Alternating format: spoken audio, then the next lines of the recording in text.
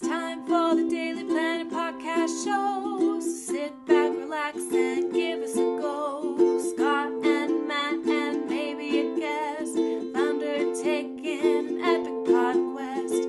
We're gonna ramble on about movies and books and television and directors and film festivals and this really long list of stuff that I know nothing about, but they gave it to me and they really wanted me to read through it. And that's all I can really say about it, but it's gonna be great. Okay, start the show. Hello and welcome to a very special episode of the Daily Planet podcast, your weekly podcast for all things movies, TV, books, and anything else we feel like talking about. My name is Scott Daly and I am your host, and I am joined by two very, very dear friends of mine that shared an experience with me last week. First up, we have a friend of the podcast, James Gentry. James, how's it going? Hey Scott, thanks again for having me. It's good to be back and ready to talk some film festival. Yeah. We also have Adrian Torres. Adrian, welcome back to the podcast. Thanks, Scott. And because of what we're discussing tonight, I do have a trusty beer in my hand. I'm sad to announce that it is not Shinerbach, but at the same time, I am very glad that it's not Shinerbach because I don't want to touch that damn stuff until next year this time. I can't believe you are drinking. I am still incapable of consuming alcohol after that past week. What we were talking about, of course, is Fantastic Fest, the Austin-based film festival that all three of us were at. I was there for the entire time, 8 days. Adrian got there Sunday night-ish. Technically, you saw films Monday through Thursday. Yes, but we were in attendance for festivities on Sunday. Yeah. And then, Gentry, you got there Tuesday night, right? Yep, you got it. Got one movie in on Tuesday night, so half of the second half. Yeah, so Fantastic Fest, for those of you who don't know, is a genre film festival, which is actually surprisingly a phrase that when you tell people that aren't as obsessed with film as we are, a phrase that kind of confuses people because they hear, well, aren't all films part of some genre or something? Adrian, when someone says a genre film festival to you, what do you define that as?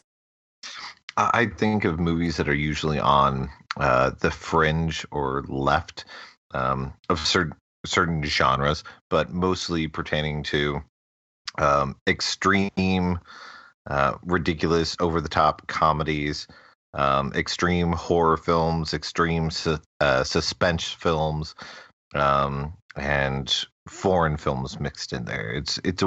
It's weird that they say genre, but at the same time, if you're really big into movies, when they list it, and if you know about Fantastic Fest, you know exactly that they have a certain niche that they're ticking the check boxes of. There's a specific type of movie that's going to be shown at this film festival compared to Toronto or New York, where they try to run the gamut and have a large swath of films. Yeah, I think that's a really good answer. It is interesting that you can walk out of a movie and say this is absolutely a Fantastic Fest movie, but actually putting words to how you would describe what a Fantastic Fest movie is easier said than done. But yeah, so this I think they call it the largest genre film festival in the country.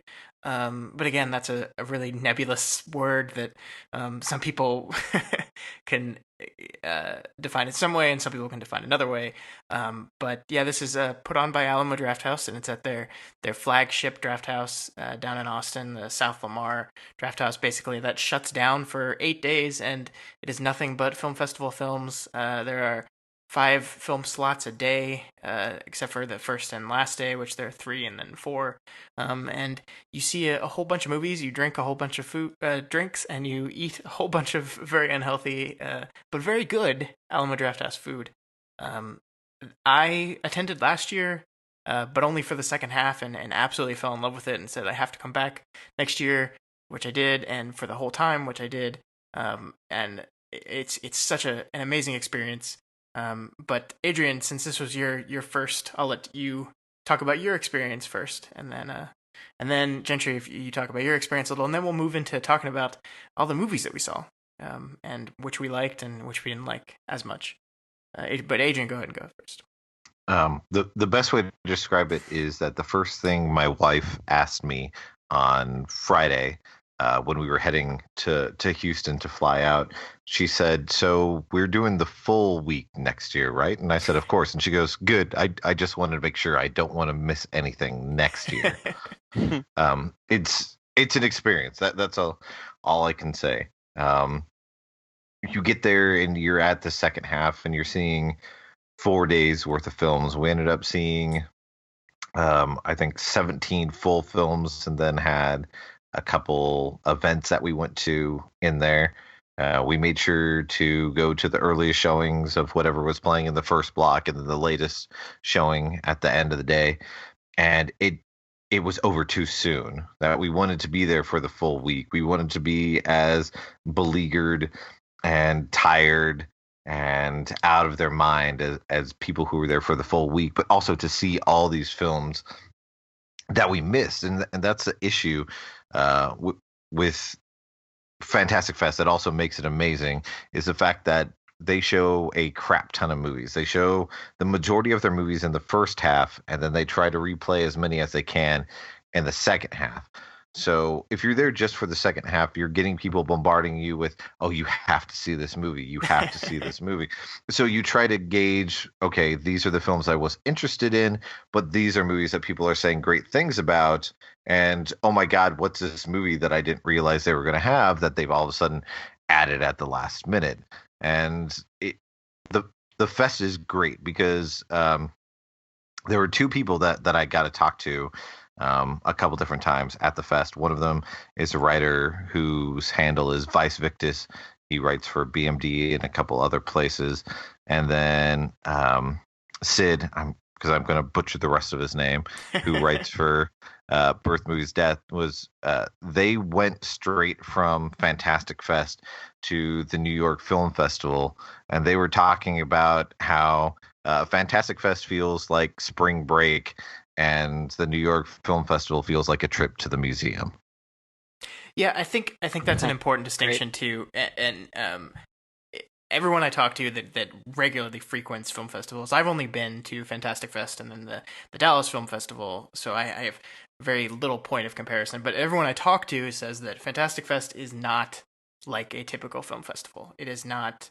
It does not follow the same pattern of a normal film festival. It doesn't have the same atmosphere, the same attitude. It's very different. It's very unique from everything I hear. And not to say that other film festivals are not fun, but I think this is a very different kind of fun from those festivals. It's the most fun. There you go. There you go. But Gentry, you had a little bit of a different experience just because you bought a second half pass as well, but weren't able to come for the entire second half due to work issues. So you only got there for two and a little bit of a day. So what was your experience like? Yeah, absolutely. So, let me just start out by reminding everybody that I am the absolute film noob of this group. And well, to the extent of my experiences and kind of what I've been able to see or been exposed to, it was honestly one of the best, I'll call it a shotgun experience. Definitely up there in my life. I mean, it was an absolutely wonderful time. And I felt terrible because I was pretty much a terrible friend promising Scott that I was going to buy a second half ticket and then realized that they had sold out. And then I freaked out and didn't tell Scott for like 2 weeks. And then with the day he brings it up, I'm just basically telling him that I failed 2 years in a row and I'm not going to go again this year. And luckily, he just so happened to check the website again, and they had released more tickets. And so we, got excited and rejoiced, and I ended up grabbing a second half pass. Unfortunately, I didn't really plan well enough, or it was kind of conflicting with other people on my team at work. But for the most part, I didn't get a chance to do the full second half. But that's okay. I got there Tuesday night, and I did see pretty much, almost 2 full days of movies. I think it was 10 movies total on my list. But, I went from that to, screwing up the registration to showing up and not knowing anybody. because Scott and Adrian and Emmy were in a movie at the time, and I was basically just kind of lost. Felt like a lost little dog that's wandering around, and then all of a sudden, once I was able to kind of get access to my account, I figured it out, and the selection, first off, they definitely have their shit locked down in terms of the website and the selection process, because once I got in, it was super easy and comfortable, and tickets opened up. I guess people had seen a good chunk of the movies and they were relinquishing their tickets, which was great. And I was able to kind of jump into it and go to a movie on Tuesday night at 11 o'clock, and so began my first film festival. And overall it was wonderful. I mean, you guys talk about genres, and I can only say so much. I obviously have nothing to compare it to or to lend another type of perspective in terms of another film festival, but I can definitely say that it felt like a 10-course meal of very diverse but delicious foods. I pretty much liked almost every movie I saw, and they were all so different. And I've never felt more comfortable and really more welcomed, by the people that were at the festival, but just kind of the overall atmosphere and attitude and, the style. It was just right up my alley. So yeah, wonderful experience. And yeah, thanks again, guys, for, kind of just bringing me into the Birth Movies Death group. I know you guys are all pretty close, and it was honestly, a great opportunity to hang out and kind of get an idea of what, film lovers talk about, whenever they're kind of out, and just overall great time. Turns out we talk about a lot of films.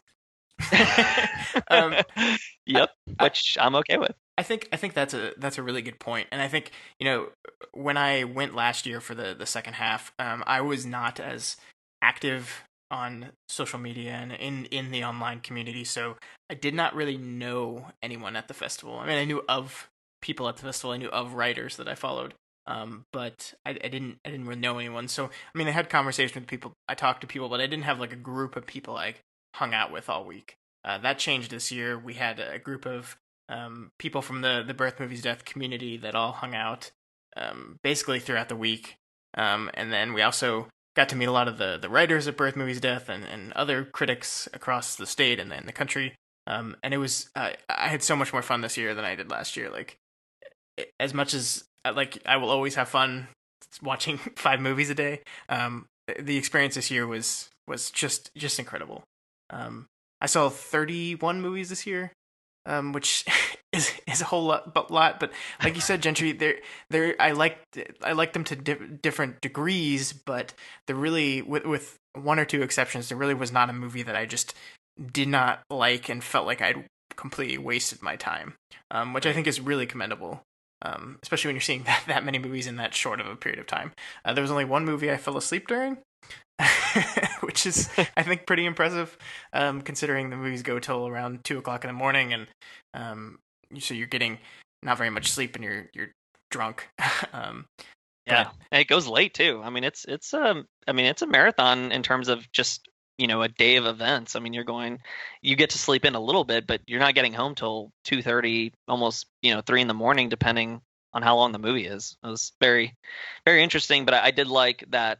Obviously, because it's a movie theater and you're watching movies all day, it's definitely the way to do it. So, who wants to wake up the crack of dawn and watch a movie? Yeah. Well, if you're press, that's what you have to do, because all the press screenings at Fantastic Fest are at 8:00 in the morning. Yep, 8 a.m. All right, learn something new. But yeah, so let's move away from unless, Adrian, did you have anything more you wanted to say about the festival proper? They do a lot of events outside of just the movies, I guess I should say. Some of which I participated in, some of which I didn't. I know you went to the feuds. I've never been to that. It seemed more hectic this year for the Fantastic Feud than it had in the past. I didn't see anywhere where they announced who any of the people were. So some people in the audience were surprised when they brought out certain writers and stuff to be part of the groups, and everybody was great, but there was just a really weird energy to it compared to the video footage that I'd seen of ones in the past. The funniest running gag was something that nobody planned for, and it was the fact that people filled out the Fantastic Feud answer things. They do it just like Family Feud for the last portion of it, and they've got the survey section. And about a month before Fantastic Fest, they put out a link. They gave you an email and to the link where you had the page, and you could put your answers to the questions. They only gave you the option of putting one answer. And so I think lots of people just put the first thing that popped up off the top of their head. And they only had a couple hundred entries for it. So the answers ended up being really weird. So there were several points where people would throw out a name. Like they had one that was Best Lethal Lady of Film. And I want to say that it was Cargill who threw out Sarah Connor.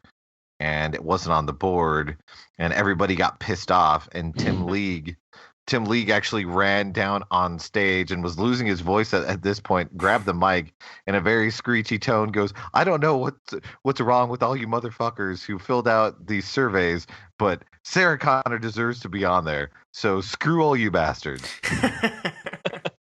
So there were moments that were fantastic just because of how weird it was, but it didn't match to what I heard people say it was in the years before. The following night, we went to what was the 100 Best Kills.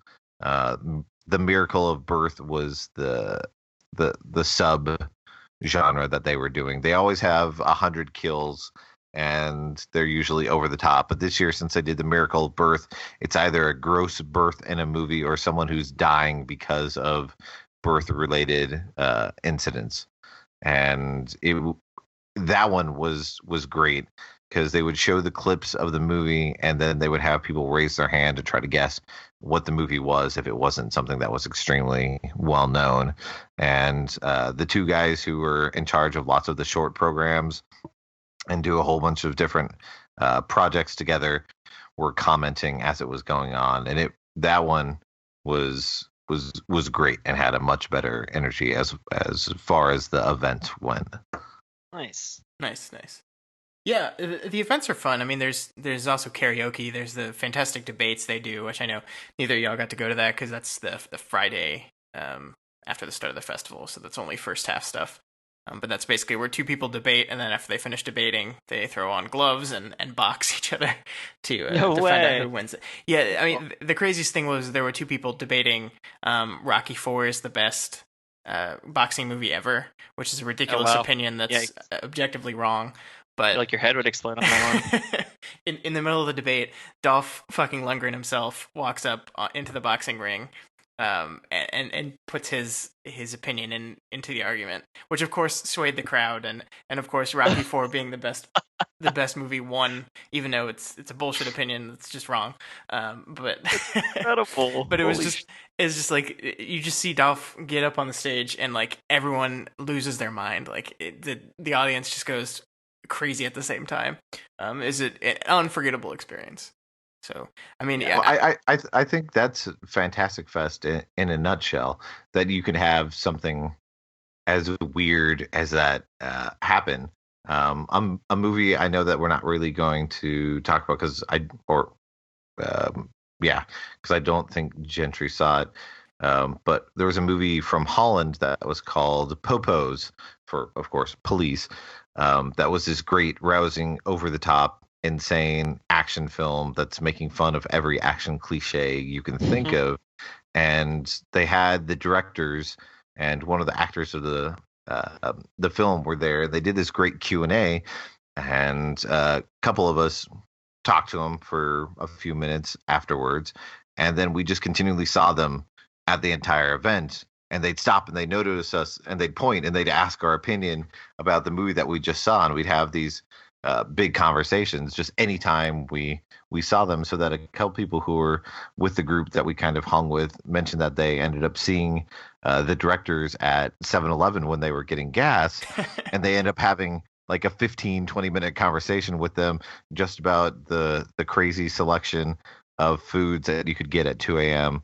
at 7-Eleven, and that's very much Oh a man. Fantastic Fest thing that you have happen is you have this cross section of actors and directors interacting with the fans and not necessarily getting mobbed, but just being regular people and having a conversation and having weird hijinks ensue, basically. Yeah, Yeah. it's actors, it's directors, it's fans, it's press, everyone mingling together for a week.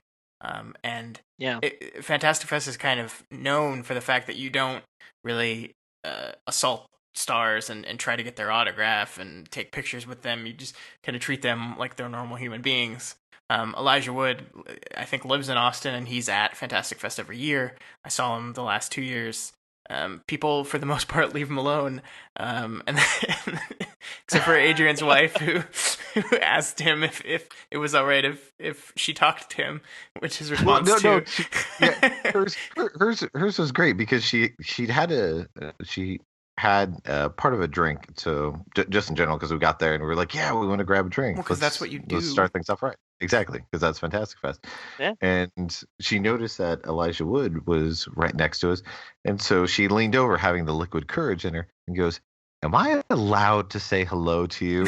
And he looks kind of taken aback, and he goes, "Yeah, absolutely, you can."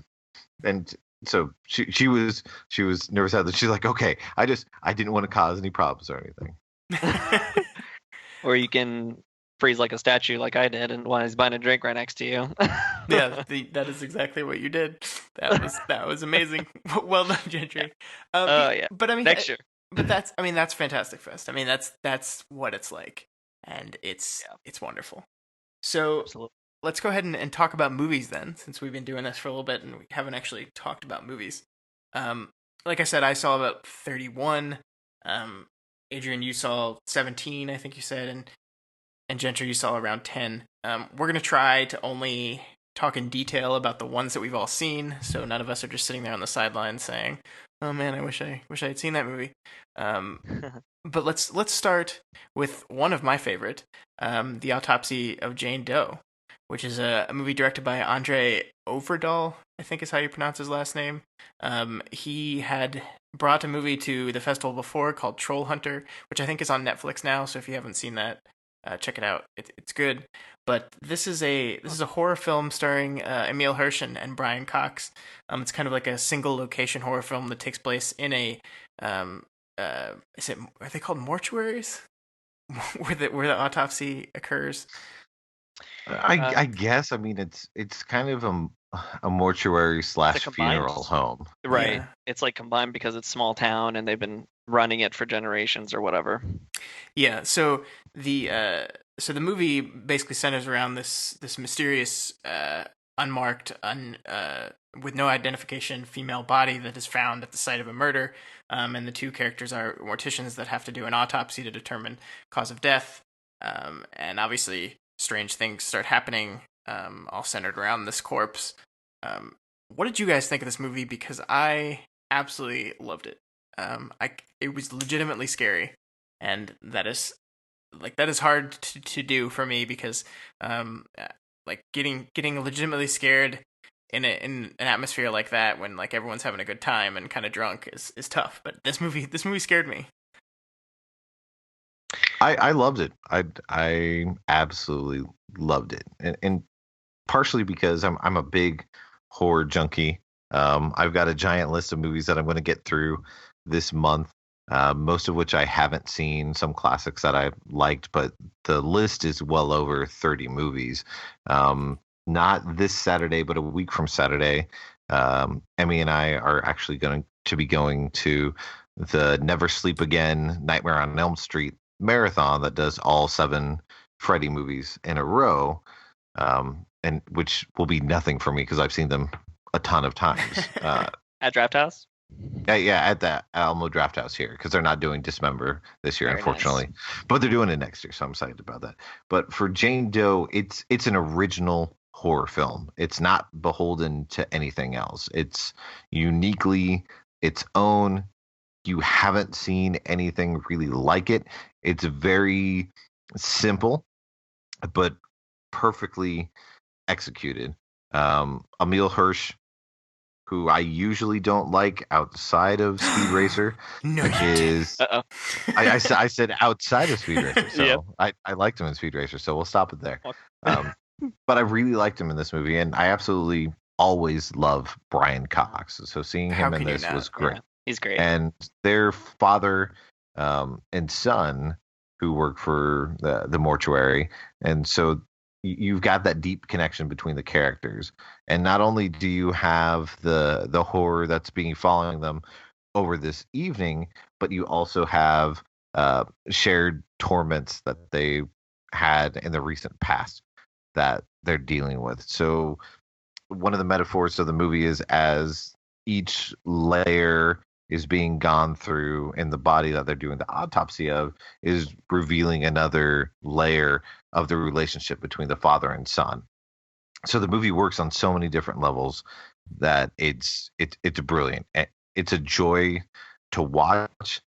Some people will get scared at certain points. It's not overly grotesque, even though there is a good amount of blood and guts, but it's just a well executed film. It doesn't overstay Yeah. its welcome. It's only about an hour and 39, hour and 40 minutes. It gets in, it does its job, it entertains you, and then it's over. Just to be clear, we're doing this sans spoilers, right? Yeah. Correct. Okay. Yeah, it was a wonderful movie. I agree with everything you guys have said. Definitely interesting. I thought, I was kind of thinking about it earlier, and I was trying to decide what it reminded me of, and that's not to take away anything from the idea, because I do agree that it really has no connection to anything that we've seen before.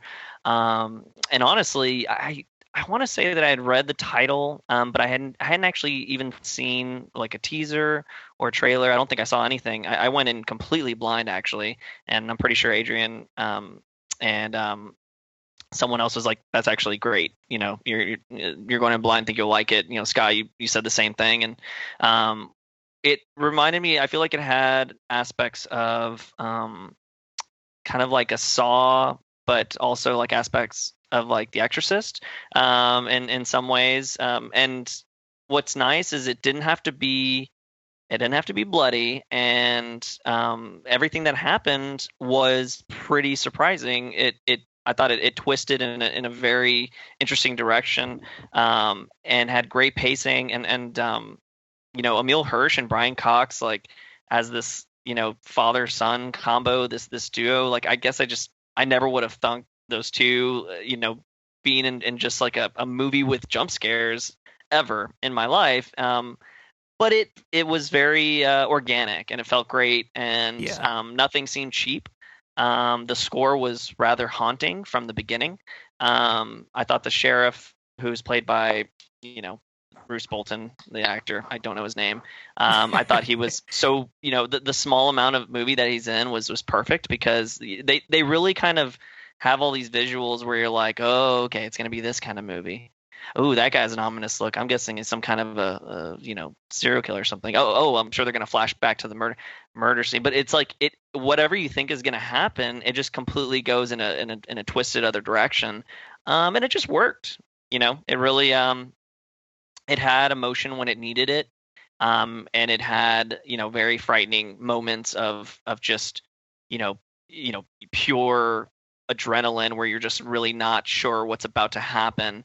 And even the small moments of the super, nerdy, supernatural talk that they kind of they shy away from, because ultimately they're scientists, right? They're what do you call them, medical experts, or whatever you call them. But the fact that they kind of ran into the supernatural entity was great. But it was very cool the way they made that place come alive. And that's, I think, what reminded me of Exorcist, is all the things that are kind of occurring and very in sync, but also, abrupt. Yeah, I wanted to talk about that for a minute, because I think what the movie does really well, and I agree with the points that both of you guys have made, but I think what the movie does really well is It establishes the environment very well early on. One of the first scenes we see after the intro credits is the camera just kind of wanders around the mortuary, and it moves into every room, and it establishes the geography of the place. I mean, this is for 99% of the movie a single location film. It all takes place in this underground mortuary. And the film does such a good job of establishing these locations, so we understand where everything is in relation to everything else, and the location is almost a character in itself because it has this creepy atmosphere. Even before things start to go weird, it's just a weird place. It's old. It's like lights are flickering. There's random noises everywhere. It's just very, but also pretty basic, like it's just kind of hallways and an elevator and a lab. And it's like something that you can see these people coming in every single day. Absolutely. And the only other thing I wanted to talk about was the actress who played Jane Doe, the corpse. Oh yeah. Who has a very difficult job of sitting on a table and not moving for the entirety of a movie. And it's an incredible performance. It really is, because it's so simple and yet so difficult to do, because you have to make this corpse look ominous by standing still, but not doing anything.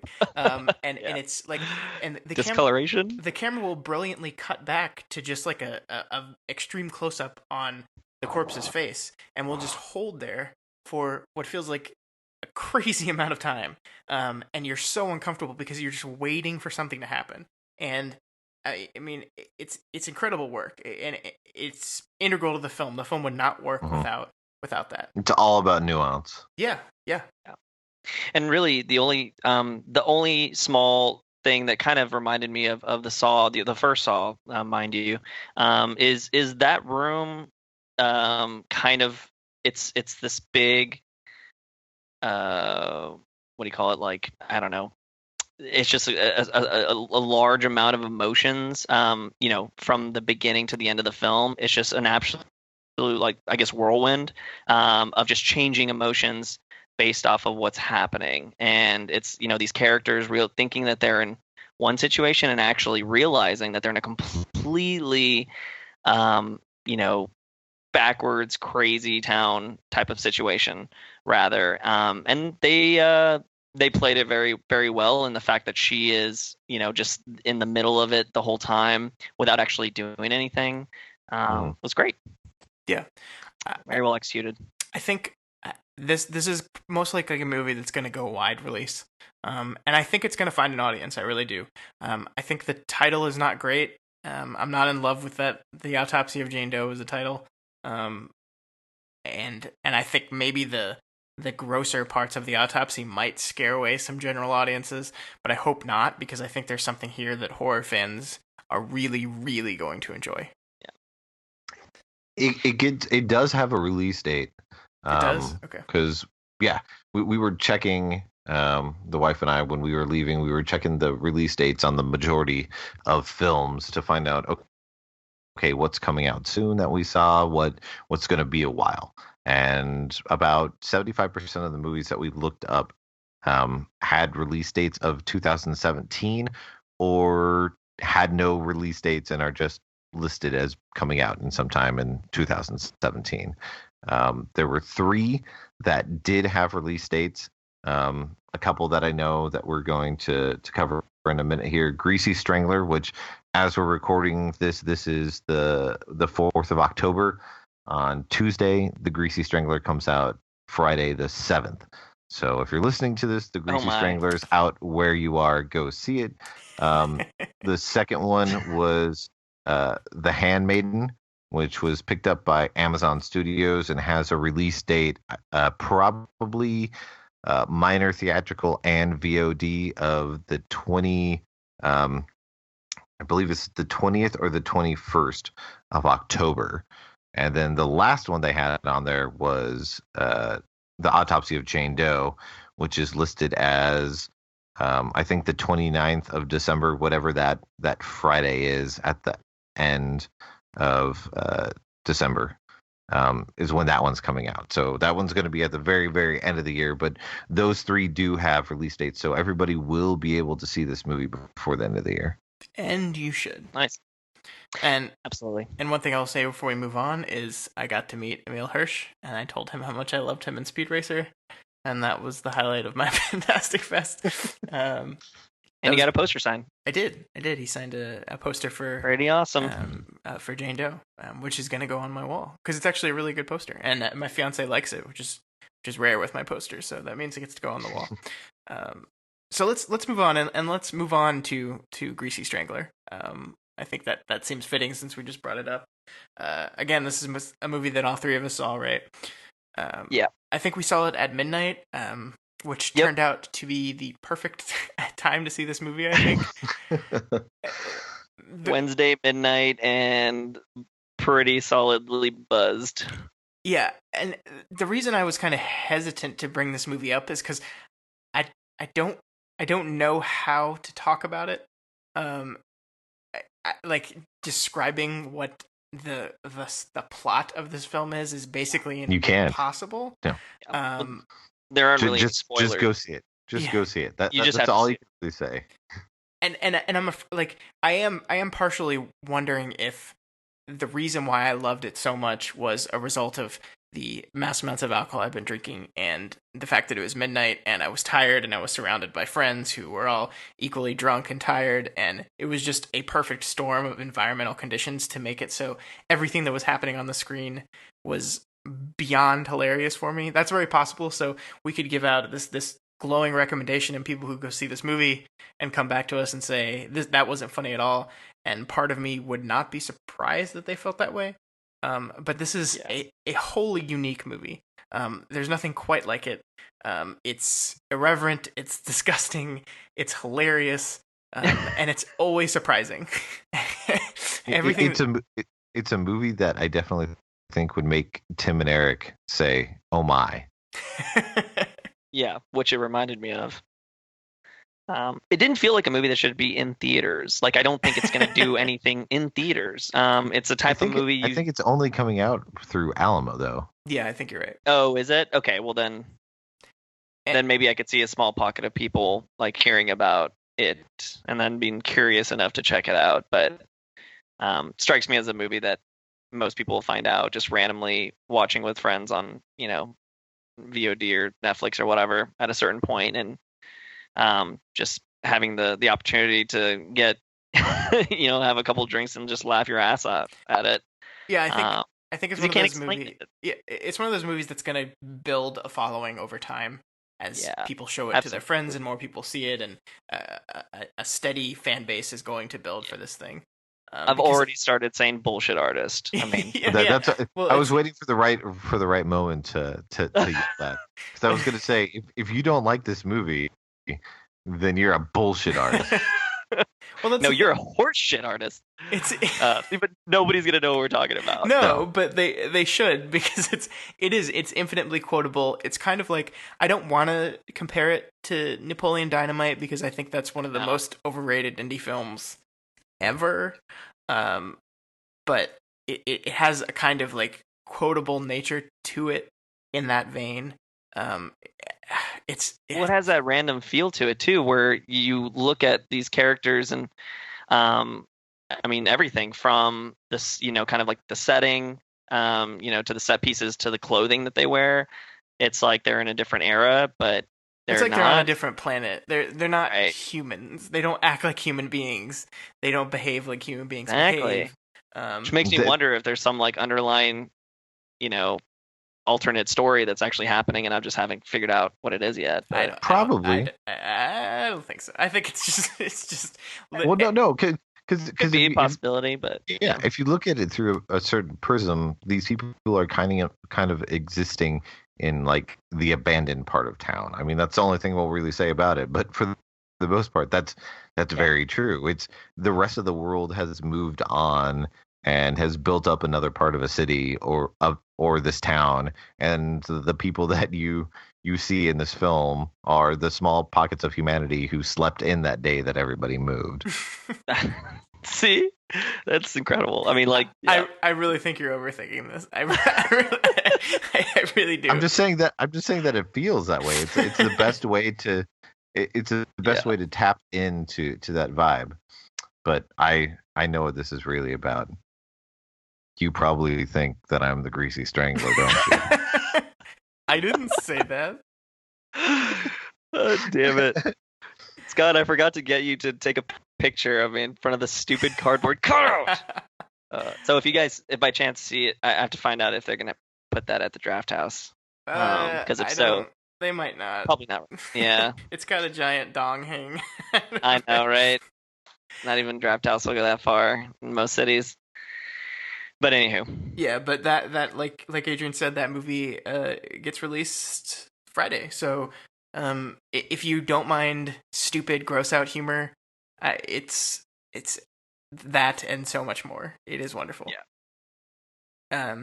So let's move on to The Handmaiden. We all got to see this, right? I'm not wrong on this. Okay. This is a Korean-Japanese film by Chan-Woo Park, who did Old Boy, right? And I believe he did. I believe he did his first American film was Stoker, which came out a few years ago, which I absolutely loved. Yes. But he also did a Korean vampire-ish movie called Thirst, and then before and after Old Boy, he had the other two pockets of the Vengeance trilogy, which was Sympathy for Mr. Vengeance and then Lady Vengeance. Absolutely. Handmaiden has the distinct honor of being, I think, the sexiest movie at Fantastic Fest.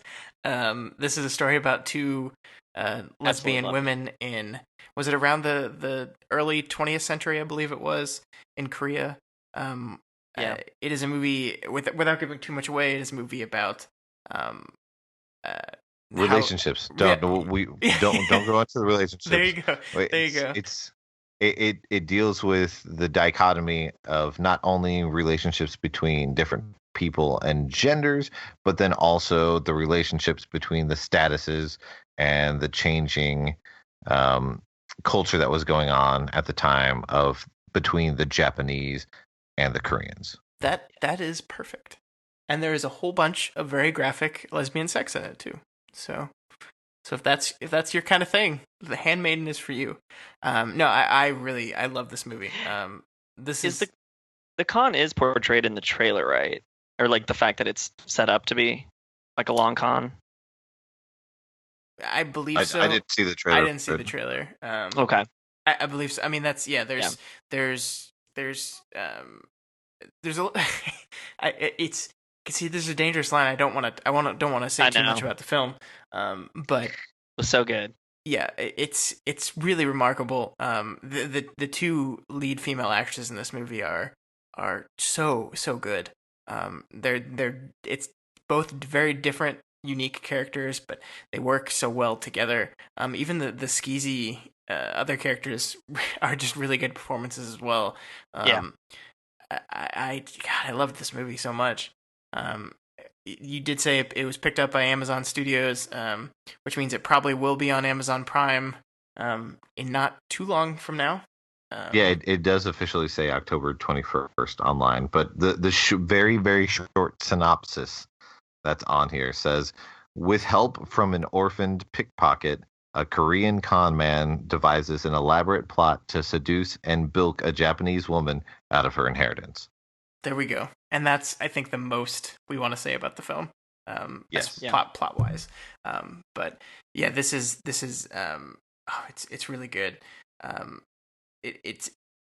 I love this director. I love his work. I love how there's always a level of sex and violence and manipulation that kind of moves all throughout his work. So this is very much par for the course in his kind of work, but he's really constructed a very beautiful movie. There are some very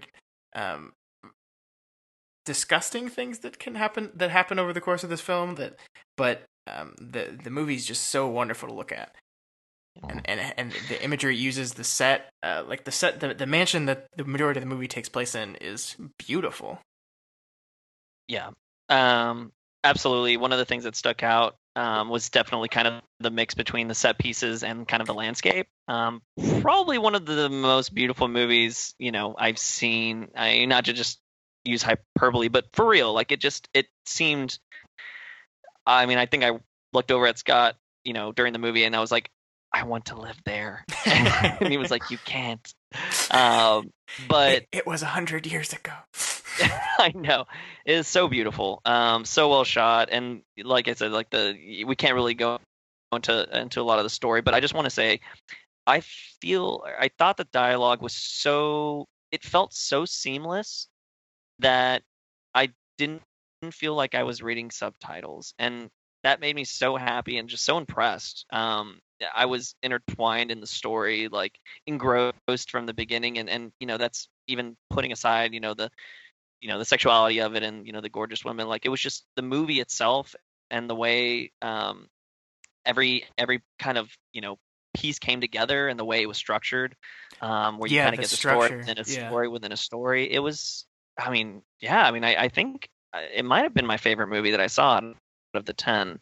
Like right now, I think I have it as my first, but yeah, it was just it was very refreshing, and now I feel like I have to see the rest of his movies. So you have to see definitely Old Boy if you haven't seen Old Boy. Old Boy is. I couldn't recall if I'd seen Old Boy, and I don't think I have, but it's been recommended to me by my friend Roland. And also sympathy for Mr. Vengeance, which is one of the more out there movies you'll find based upon the basic plot that has to do. That's just crazy. It's too much to go into, but just the way he layers that movie being one of his first forays into feature filmmaking is just astounding, and still has some of the most painful scenes for me to watch in a film. But for if anybody's looking for The Handmaiden and can't find it coming out in theaters, since we did mention that it's picked up by Amazon Studios, keep an eye out to rent it on Amazon Studios due to the graphic nature of the sex scenes that they have later in the movie. It would probably have a tough time getting a straight R, which means that it would probably get an NC-17 because they won't do unrated in the theaters unless they do like a special Fathom events type thing.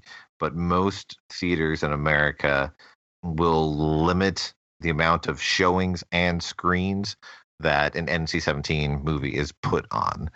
The last one that I can directly think of was Lust Caution, and they played it both in an R and NC-17 version, and you had to let everybody know that, hey, there's two different versions of the movie. The director approved one is the NC-17, but you're gonna have to wait in a line, show an ID at the theater or at the door. Thanks. You're gonna have to show it anytime you come in and out.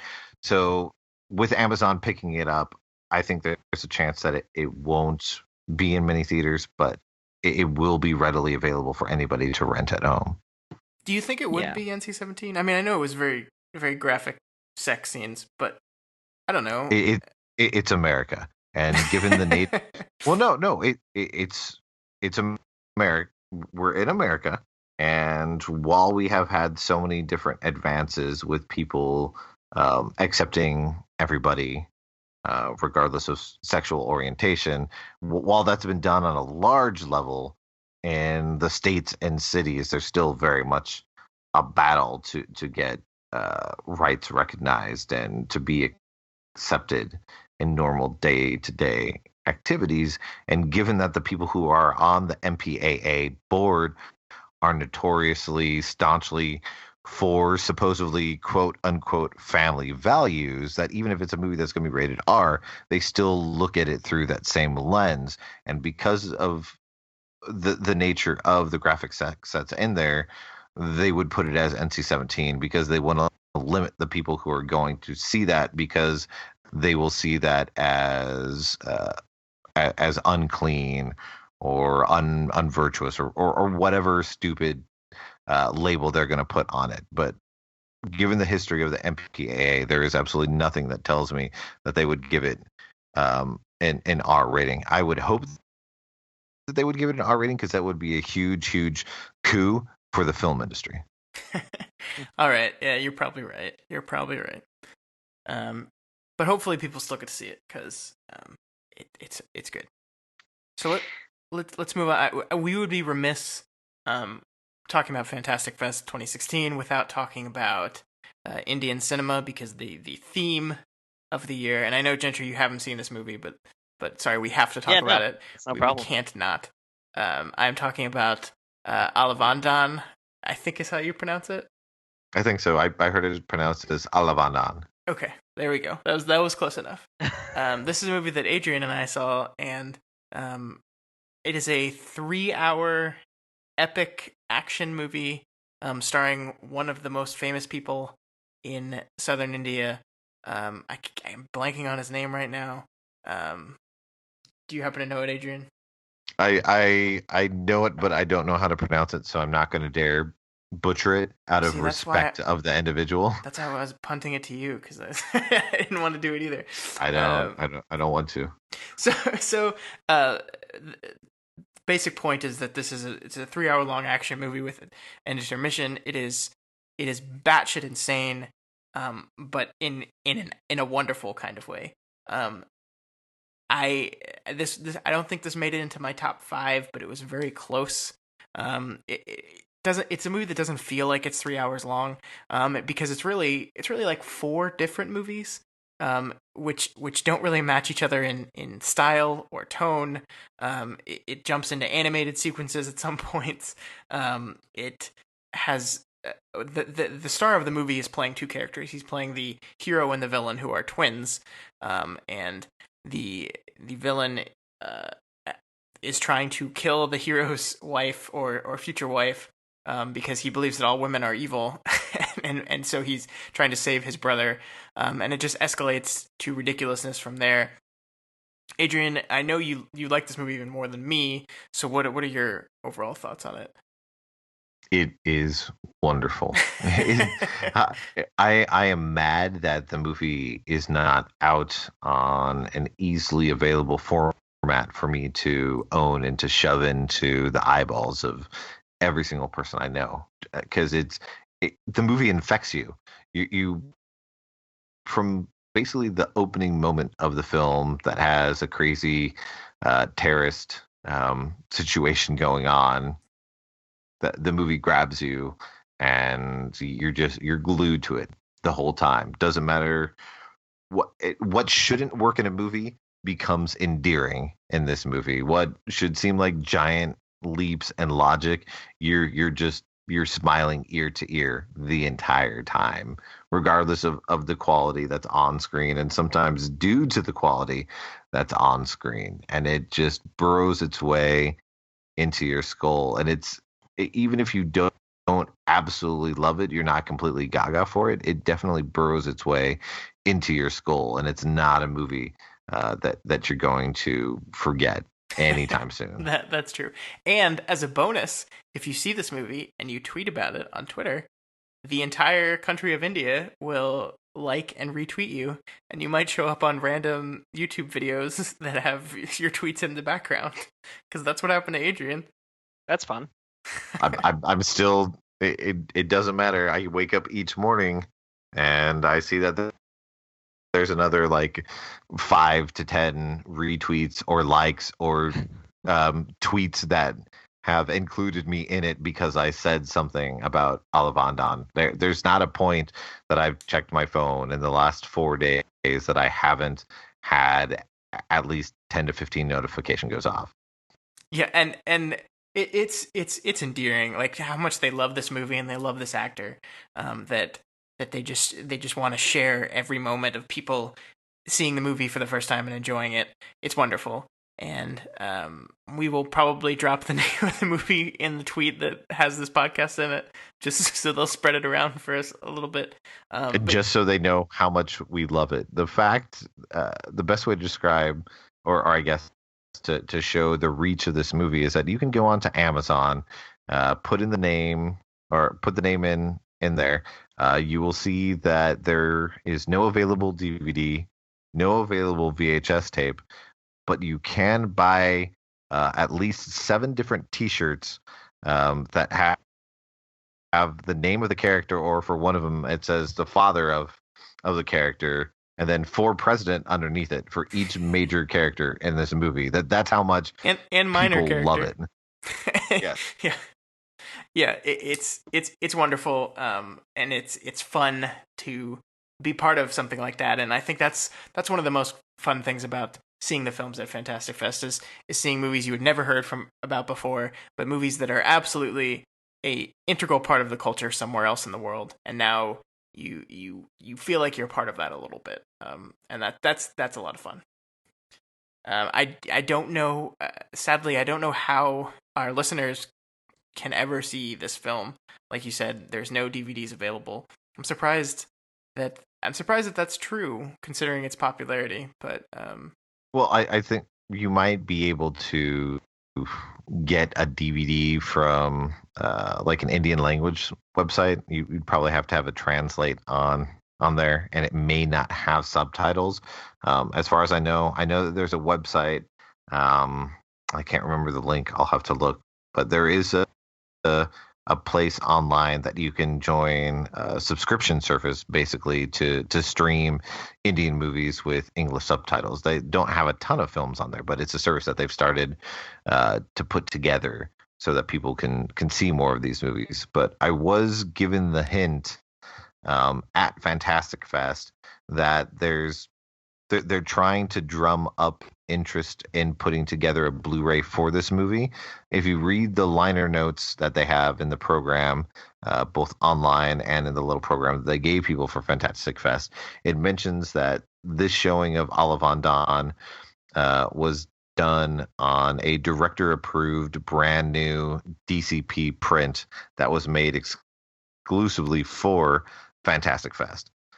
oh wow, So with Fantastic Fest being as amazing as it is, I don't think they would spend the money to clean up a print of the movie just to show it at Fantastic Fest. I think they were using Fantastic Fest as a barometer kind of, and seeing us post about it, and then all these people who probably either live in India or live in America and are of Indian descent retweeting and liking this, I think probably in the long run will help show that there's that interest to get that Blu-ray made. I hope so, and I hope the translation that was used is the one that ends up on the Blu-ray print, because that translation was great. There's a musical number in the film. There's multiple musical numbers in the film, because this movie does everything. One of the musical numbers is the two characters singing about laughing and telling jokes, and you can tell they're saying the same word over and over again, the same word in Hindi, or I think that's what they're speaking. But you can also tell that the translator just wanted to spice it up and make it more interesting, so they came up with every possible English word for laughter. But by the end of the song, he's exhausted all of them, so he just starts using LOL, ROFL. It's and I think just an emoji at the end, right? Like just Yeah. The last one's just like a smiley face with the tears. Yeah. So that's great. And there's another part where he gets a little tired and just says, instead of like translating the nursery rhyme they're singing, just puts in parentheses, popular Indian nursery rhyme. Because he doesn't feel like translating the lines out. It was a great translation. It added to the fun of the film. So that was a great movie, and I hope you're right, Adrian. I hope a Blu-ray release comes, because I will probably buy that. All right, let's move on to, let's see here. Let's talk about Colossal. Colossal was the closing film of Fantastic Fest, so we saw that on Thursday. The director is a well-known Fantastic Fest alum.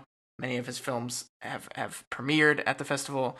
I think this was the stateside premiere, I think.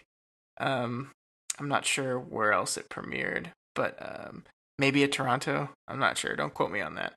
But this was Nacho Vigalando's kaiju movie.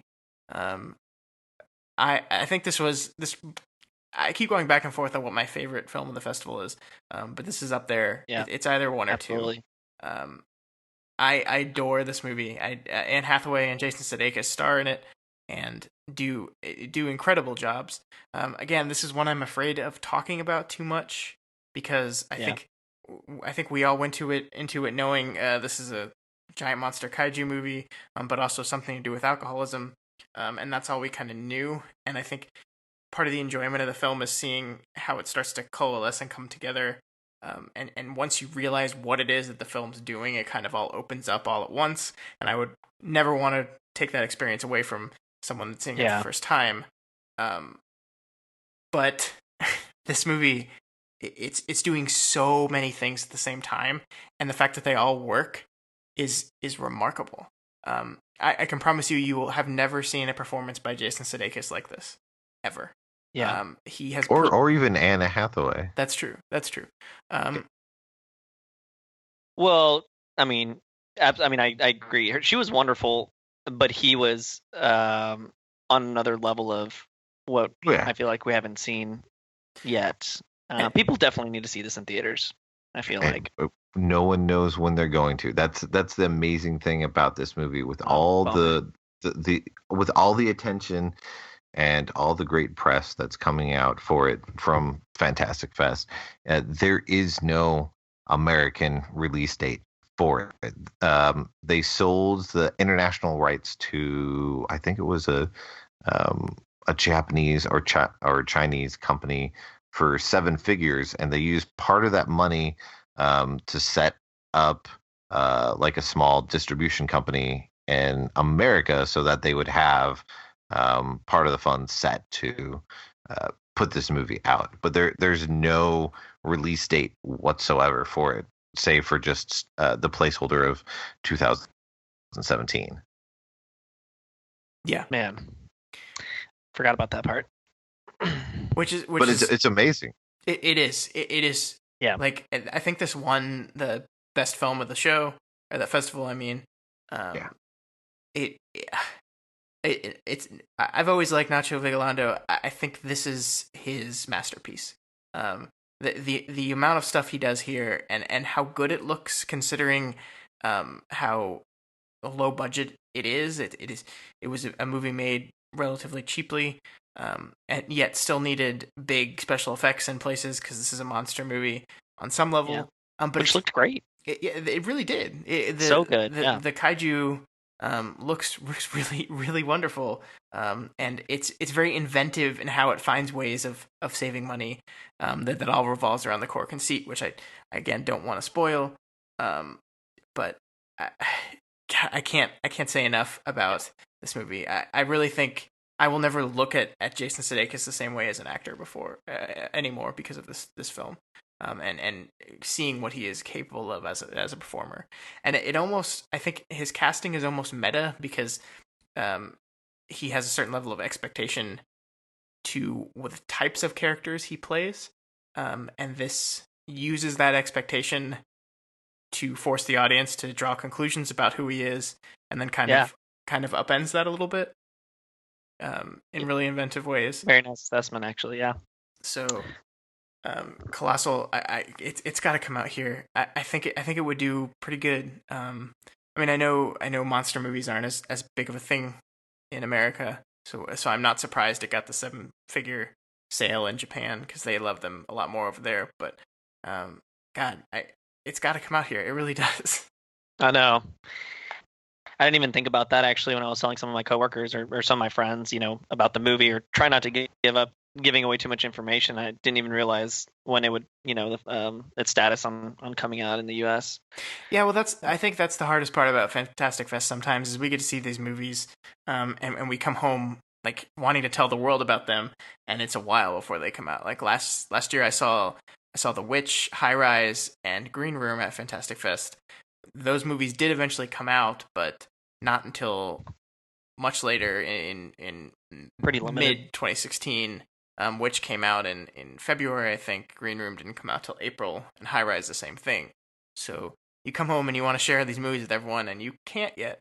But I think I was going to say, and some of them the directors ask you not to. Yeah. Because I saw The Invisible Guest the morning of the final day of the festival, and the director was there for a Q&A, and he had done another Q&A earlier in the week, and he mentioned that our two showings were the first showings they had of the movie at all, because he had only finished post-production 3 weeks earlier. And he goes, don't mention anything really about the movie or the twist, because it doesn't come out in Spain until Christmas, and this is my career, so I take it seriously. And so we thought, okay, that's cute and that's fun. And my mother-in-law picked my wife and I up from the airport because we had a really late flight that got in on Sunday night, and we were talking about the festival and everything, and we mentioned that there was this great Spanish movie that we saw, and I mentioned the title, and she goes, "Wait, The Invisible Guest?" And I go, "Yeah," and she goes, "That's a really hotly anticipated movie over in Spain, especially in Barcelona. They're really, really anticipating that to be a huge hit over there." And we were like, Wow. "Oh, okay, that's really cool." That's awesome. Yeah. Yeah, that's a good point. Because the M. Night Shyamalan film Split premiered at the festival. I think that was the world premiere. I don't think it had been shown anywhere else before the festival. And M. Night Shyamalan was there and begged the people that saw the movie. I was unfortunately not one of them. I did not get into that showing, but he begged the people not to spoil the twist, the Shyamalan twist in the movie. Hopefully people will listen to that. I think the Fantastic Fest audience is usually pretty respectful of directors' wishes and stuff like that. But I just wanted to bring that up because I like being sad about how I didn't get into that movie. But You tried to get in and you couldn't? yeah. So the secret screenings, like those fill up. Those fill up. Right. So the whole idea with the secret screening is you sign up for it not knowing what the movie is going to be, and you will not know until literally it starts. So there was a lot of buzz around the secret screening this year because even the people who normally find out what it is prior to it starting didn't even know. So there was only I think 3 people that knew what it was going to be, and that was pretty cool. But I think that the reactions on that movie were kind of mixed, which is not surprising because it's Shyamalan and no one loves him like I do, and no one appreciates him because he's wonderful. Invisible Guest. Well, yeah, I like some of this. No, Split is the Shyamalan movie. Invisible Guest is the movie from Spain. Oh, okay, gotcha. Yes, one of them is a great film, and one of them is directed by M. Night Shyamalan. You haven't even seen it. You shut up. But I've been told about it. Emmy got into the secret screening. Yeah, what did she know? Great. Thanks. I will mention that to her later. See, I've met her now, so I can be mean to her. It's fine. That'll be the part I definitely make sure to. Okay, so does anyone, do either of you can go ahead and just pick a movie that we haven't talked about yet to mention if you want to go ahead and mention something. That's it for the movies I specifically wanted to talk about with you guys, but I could go on literally all day about every other movie I saw. But Gentry, do you have any movie that you wanted to? Yeah, I was going to say, Scott, what did you really love that we didn't see? Yeah. And again, this goes back and forth between Colossal, but my favorite film was Arrival. That was the opening night film. I didn't get to see it on the opening night, but they added a second screening. I think it was on Monday, and I was lucky enough to get to that. That's the Amy Adams film that's coming out, I think, in November. Arrival is wonderful, and again, I don't want to spoil anything, but Arrival is, and I said this when I walked out of it, but it is the movie that Interstellar wanted to be. That's like music to my ears. So excited. This is by the director of Enemy and Prisoners and last year's wonderful Sicario. It is such a good movie. I think the marketing is being a little disingenuous, and the title is a little disingenuous as to what type of movie it is. But It is really remarkable filmmaking. It's beautiful. Amy Adams' performance is one of the best of her career. It just hit me. Like, the movie just worked on me on every level. It worked on me on the person that loves science fiction. It worked on me on the person that loves character stories and studying these characters and you taking this very simple sci-fi concept and kind of drawing it out to a very interesting conclusion. It's just a beautiful film. It's a really good score. I cannot wait for other people to see this movie so I can talk about it with them. It's really good. It's really, really good. You suck, Christopher Nolan. This is way better.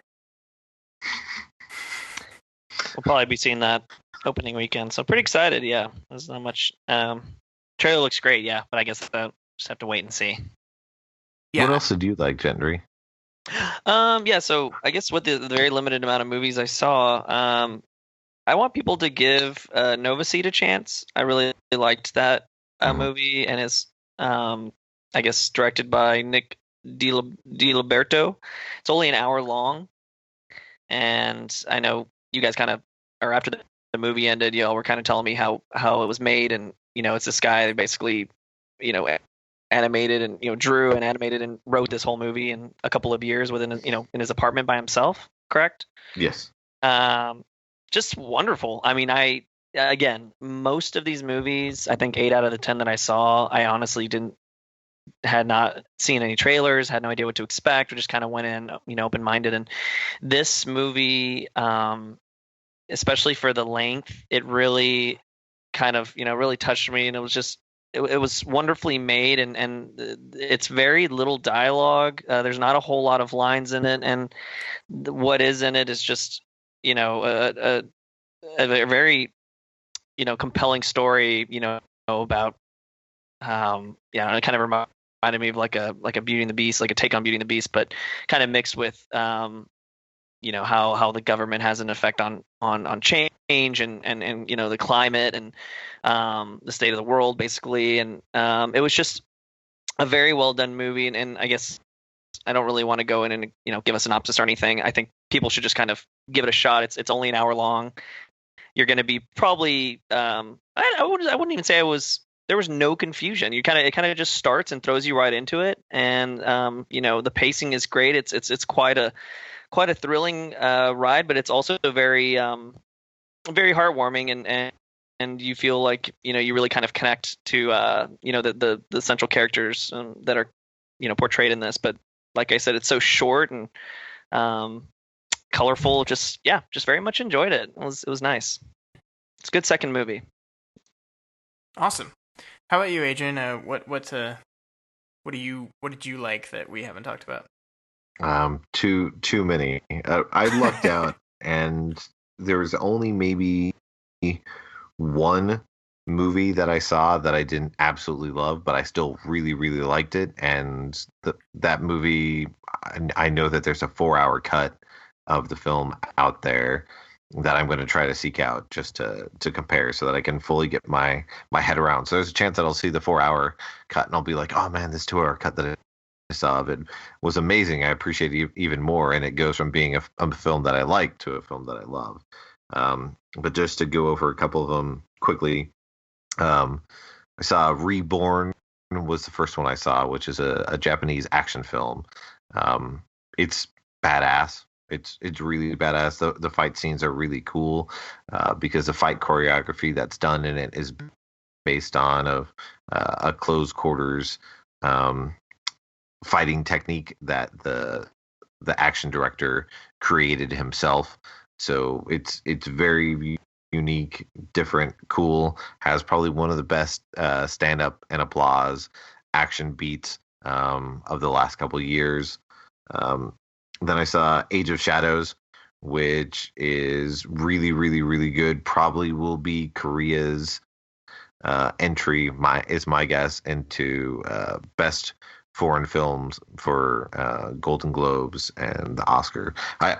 It's that quality. It's just so well done, and it also covers part of the same time period that the Handmaiden's covering. So getting to see both of those at the festival was a treat to see different sides of the same coin, basically. I was lucky enough to get into Raw, um, which is Mm-hmm. the cannibal movie that people were passing out and other viewings. I think it was the Toronto one. Yeah. Um, Who passes out? yeah, yeah, Not a Fantastic Fest. no, no. But it is, for lack of a better word, assured is the greatest thing that I can say. It's a first feature, but it feels like a second or third film that somebody's made. The filmmaker, I believe it's a she, is just totally in control of everything that she's doing. Every scene is shot in a very deliberate way. The line deliveries and acting are all within a very same aspect. That she knows exactly what they wanted to get done with the film. Everything that's in the movie exists for a purpose, whether it's to give off a character trait, to let you know the state of mind of the people that are on screen. Everything's there. There's not really a wasted moment. Mm-hmm. I followed that up with Elle, which is the new I Paul love that movie. Verhoeven film, I love it. which is amazing. Isabella Huppert, if she doesn't win an Academy Award or a Golden Globe, then this will be the year that you can pinpoint and officially say that yes, these shows are a sham. Most people know that they're a sham already, but her performance in this movie is astounding. It's a foreign movie. She won't be nominated. That's not Oh, gonna happen. yeah, I know, but she's done plenty of American films too that maybe Yeah. they'll overlook it, because you can't really think of a more complex or layered or stronger or scarier female character in the past. I'll throw out like 10-15 years, because it's a staggering performance with everything that's going on in it, and it's Paul Verhoeven, so you can't really say too much bad about it. He's an amazing director. It's both very similar to a typical Paul Verhoeven movie and very, very different at the same time. It's so hard to talk about this movie and explain what it is. Exactly. That's why I'm dancing around it and just mentioning her, because that's the easiest thing. Because if you find a through line that everybody's talking about with the movie, it's her, and you Yeah. can write a 1,000-word essay and have it just dedicated to her performance and the technical aspect of things without really giving away much of the movie. The last one to mention. Is The Playground. Unfortunately, with Fantastic Fest, the majority of the movies that we're mentioning, you can't really talk about a lot of them, because it's not so much just that they may have twists in there, but they're all emotional journeys. And if you just sit out and try to clinically mention each scene that happens, it takes part of that weight away, and none of those are any less than The Playground. But The Playground is at the top of that list. We can mention all these other movies and explain it, but The Playground is the one that you have to dance around the most, because it very much dances to its own beat. It's a foreign film that's directed by a guy who normally has done documentaries, and he gives it that focus. The way that the characters are shot and portrayed, it has the fluid feeling of a documentary. And as the film goes on and things start to seep into darker territory, it raises the tension in you and starts to have lots of feelings that come up. There's a moment that occurs in the movie, maybe 15-20 minutes in, that you think everything's fine in the movie. And the best way to describe it is the Michael Hanke, I can't pronounce his name, but the guy who did the White Ribbon, Cache, okay, why am I playing Funny Games? It feels like a Michael Hanke moment, because everything seems perfectly fine, and then all of a sudden there's a small moment where somebody erupts in anger and it throws your perception of things off, but it very much lets you know the ride that you're about to go on, and it's an amazing piece of work as well.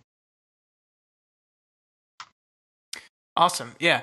Um, so I mean, like, I could go on. Like, I'm looking down my list, and it's like, oh, I didn't get to talk about that one. I really did, but we're well over an hour now, so I think we're gonna end it here. Real quick, Adrian, is there any movie you saw or you did not get to see that you really were hoping to see and heard very good things about, but just didn't get a chance to see?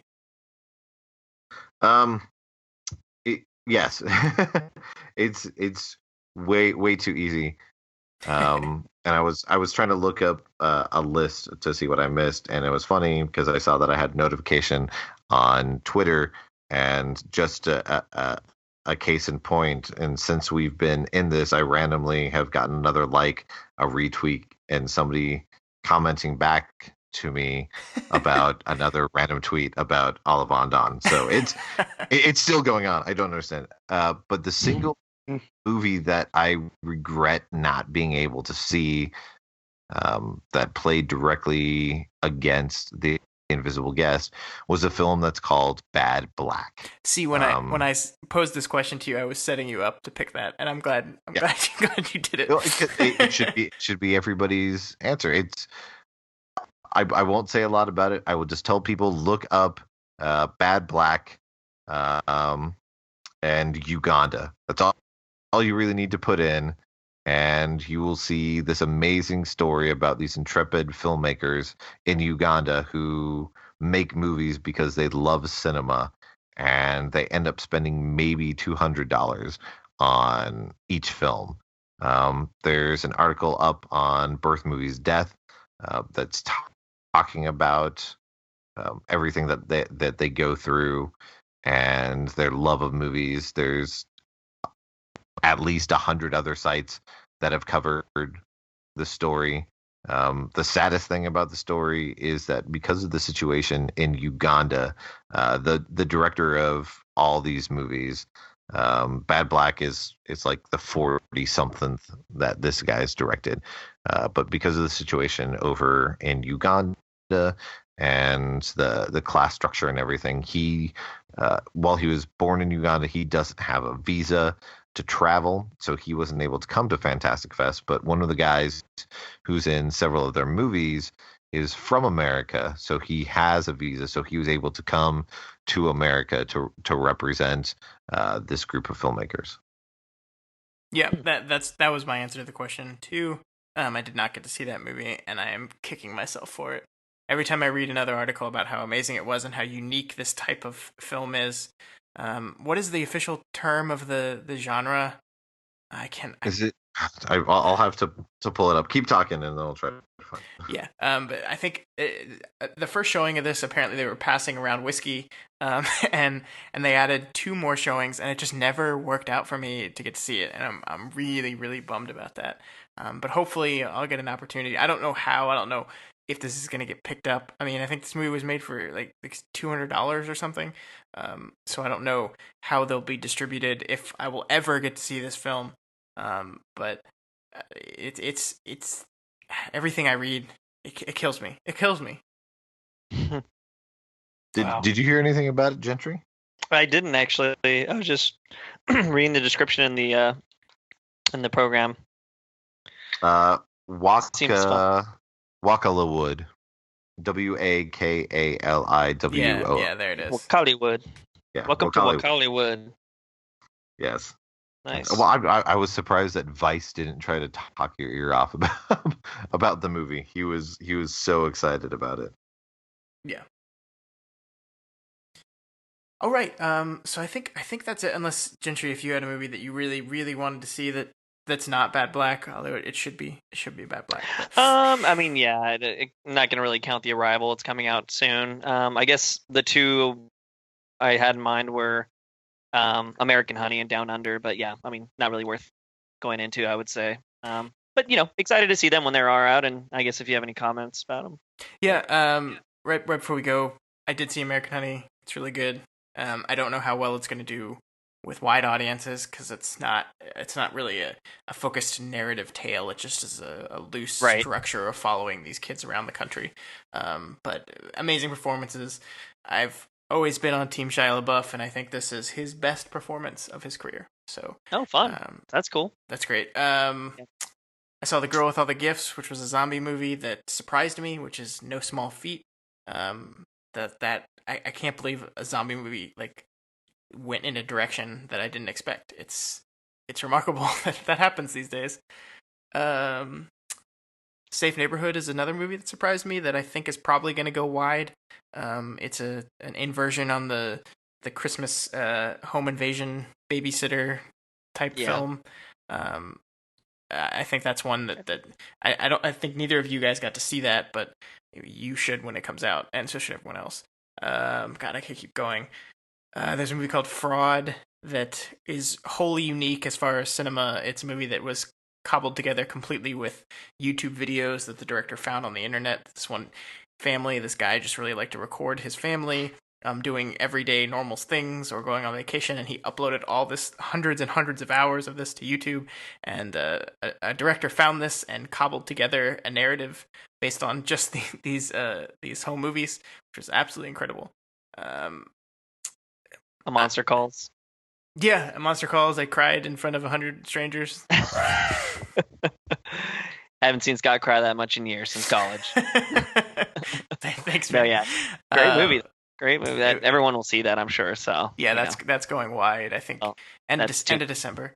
Yeah, great movie though. Oh. All right.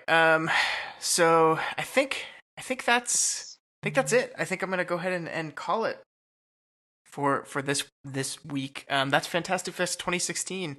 Thank you guys for experiencing that with me, and we will probably be back next year to talk about Fantastic Fest 2017. So I think Gentry, you're coming back, right? Oh yeah, absolutely. I'm in. Definitely for the whole second half. I may even think about doing the whole thing now that I know that it's. When did it start? The Thursday before? Yep. Or Wednesday? Thursday? Yep. Yeah, that seems also pretty doable as long as I plan it well in advance. So, but yes, I will definitely be returning to at least the whole second half. I'm really excited already. Awesome, and I know you will, Adrian. You've already told me. Yep, me and the wife will be back for the whole week this time. Nice. She was even crazy yesterday and goes, so I wonder, should we look into trying to get a super fan badge? And I was like, Good luck. There's very few of those. Yeah. No, I'm okay with just a fan badge. Yeah, I would love to get a super fan badge. For those listening, the only difference is when you select movies as a fan, you rank the movies in each block according to what you most want to see, and they assign you them based on space, so you might not always get your first choice. If you're a super fan, which you pay, I think, an extra $150, you get your first choice pick, so you always know exactly what you're going to see. While I like that because I would have gotten to see the secret screening, I think some of the most fun of Fantastic Fest is getting thrown into a movie you weren't expecting, and had absolutely nothing about, and end up loving. So I think being a super fan kind of takes that away a little bit, because you always get to get the choice. But I'm certainly going to try to get one as well, but it's probably not going to happen. But yeah, so we'll be there. If anyone listening ends up going down to the festival, find us on Twitter and talk to us, and anyone's listening that went to the festival and just wants to talk through what we talked about today. Gentry, what's your Twitter handle? At Wench Tweet, all one word. And Adrian? I'm at Yo Adrian Torres. And I am at Scott Daly 85. And our podcast Twitter is at Daily Planet Films. And you can see all of our writing, including I am working on some Fantastic Fest reviews right now, which again is really hard to do because I want to be very careful what I spoil and what I don't, but that will appear at dailyplanetfilms.com. And you can find all of our other podcasts and everything else we're doing. We're actually going to be back this week because we didn't do a podcast last week because I was at Fantastic Fest. We're going to do 2 this week because it is our 1 year anniversary of this podcast. This is episode 52 right now. So in order to celebrate, Matt and I are going to get together and do a podcast on podcasts. So we're going to talk about the experience that we've had over this past year, what we've learned, what we would have done differently, and then we're just going to talk about podcasting in general and what podcasts we love to listen to, and give a whole bunch of recommendations for people out there. So after you're done listening to ours, after, not before, where you can go to get other good podcasts. But again, Gentry, Adrian, thank you so much for joining me tonight. It was fun reliving our experiences. I kind of miss it already. But only 51 weeks until it starts up again. A lot of movies to see in the meantime. But thanks for having me on, man. It was definitely good to be back and talk to you boys as always. So looking forward to some more fun in the next couple months. Absolutely. And we will see you next week. The podcast is over. It's done. We hope you all had some fun. Go back to your work or your school. Maybe the gym. Hey, that's cool. Regardless, just go away. But please come back next Friday.